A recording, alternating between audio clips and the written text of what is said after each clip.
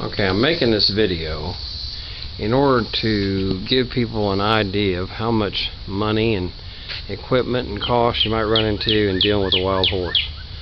One of the things you're going to need is some type of trailer.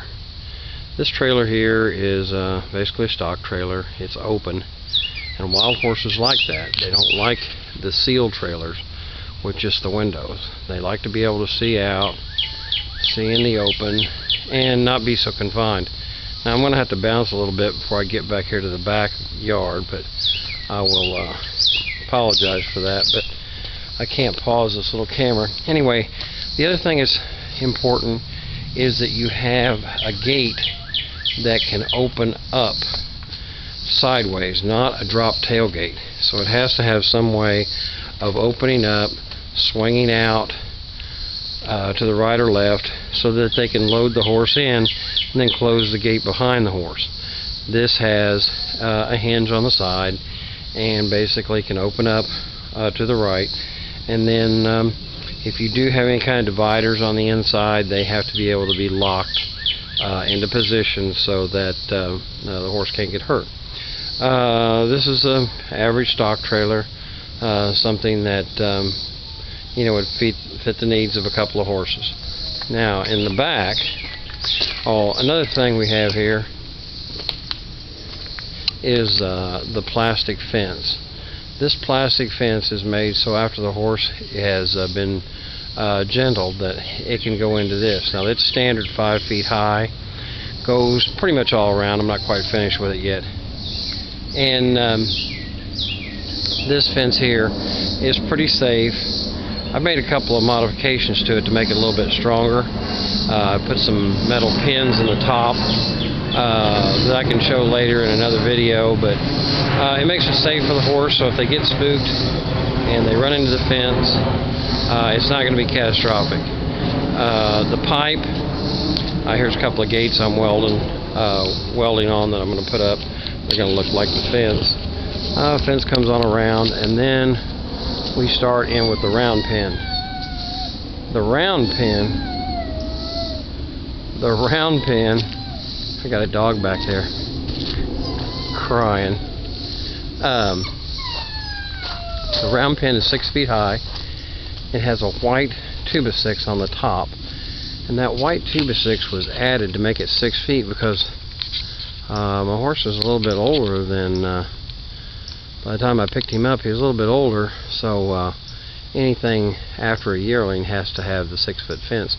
So if you can see that, I took some galvanized pipe and beat it out flat on an anvil and then bolted it to the 2x6.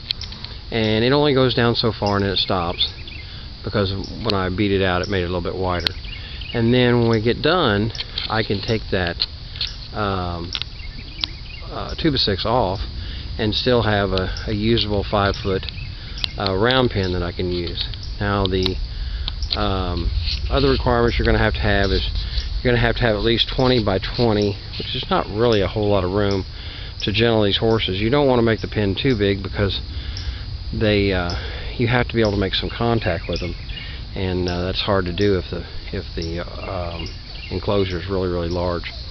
The top of the lean-to, as I call it, is basically a sheet metal, and you can make these different ways out of wood or whatever. I made mine out of steel because later on I'm going to build a barn and I'm going to use that lean-to as a porch that goes over the stall, so it'll use a dual purpose. Of course you'll need water facilities, and you'll need some place for hay and alfalfa. This ring is ready tomorrow. Some of the things that I'm sure you know of is I use a mineral supplement out there in the center, and I'm feeding straight alfalfa, so alfalfa doesn't give you all the minerals you need, so I'm supplementing that with a block. If the horse doesn't eat from the block, then I can always go to a supplement that I can use in their food. There's alfalfa ready for him tomorrow, and there's his hay rack over here on the side full of alfalfa, and then his water bucket. After they're trained or after they're gentled, I want to put them on an automatic waterer out here in the in the white fencing, but for right now, this will just have to do. One of the things you're going to need is you're going to need some type of loading tunnel where you can back the trailer up and then tie off. I've got 2 panels here that I can tie off to the trailer. Then when I open the trailer door, the horse can shoot right into the ring. And they're used to that. They're used to going through different tunnels to get, or different channels to get where they need to go. So we'll only give him all the time he needs to come out of the trailer into the round pen. Cost, you're looking at, I've got 20 panels here, and the panels with the metal and the 2x6s, and there are 2 T-posts. Some of them have 3 T-posts to help support the panels. T-posts were 7, and the panels were 60, so 70, 80, probably around, I'd say probably $90 a section, and there's 20 sections there, so you can figure that cost out. And then that's a 30-foot long, this is a 30-foot long, I'll walk you into the ring. This is a 30-foot long, basically lean-to or cover. It's made of 2x8s. I don't know if you want to go this elaborate. I wouldn't have gone this elaborate if it wasn't for the fact I was going to use it later on for part of a building. It has the welded post, and it has the 2x6 going across, and then I put some foam insulation up on the top, and then put the sheet metal on top of that. Keeps the noise down when it rains. It doesn't bang so bad. Softens it up. Plus, it keeps the heat off the horse. They can get in here and get in the shade, and it doesn't radiate that heat off the metal down in here. But you can see his water facilities, the panels, and the T-post helps support it, and basically all the needs that he'll have. But this, you can see the fly traps.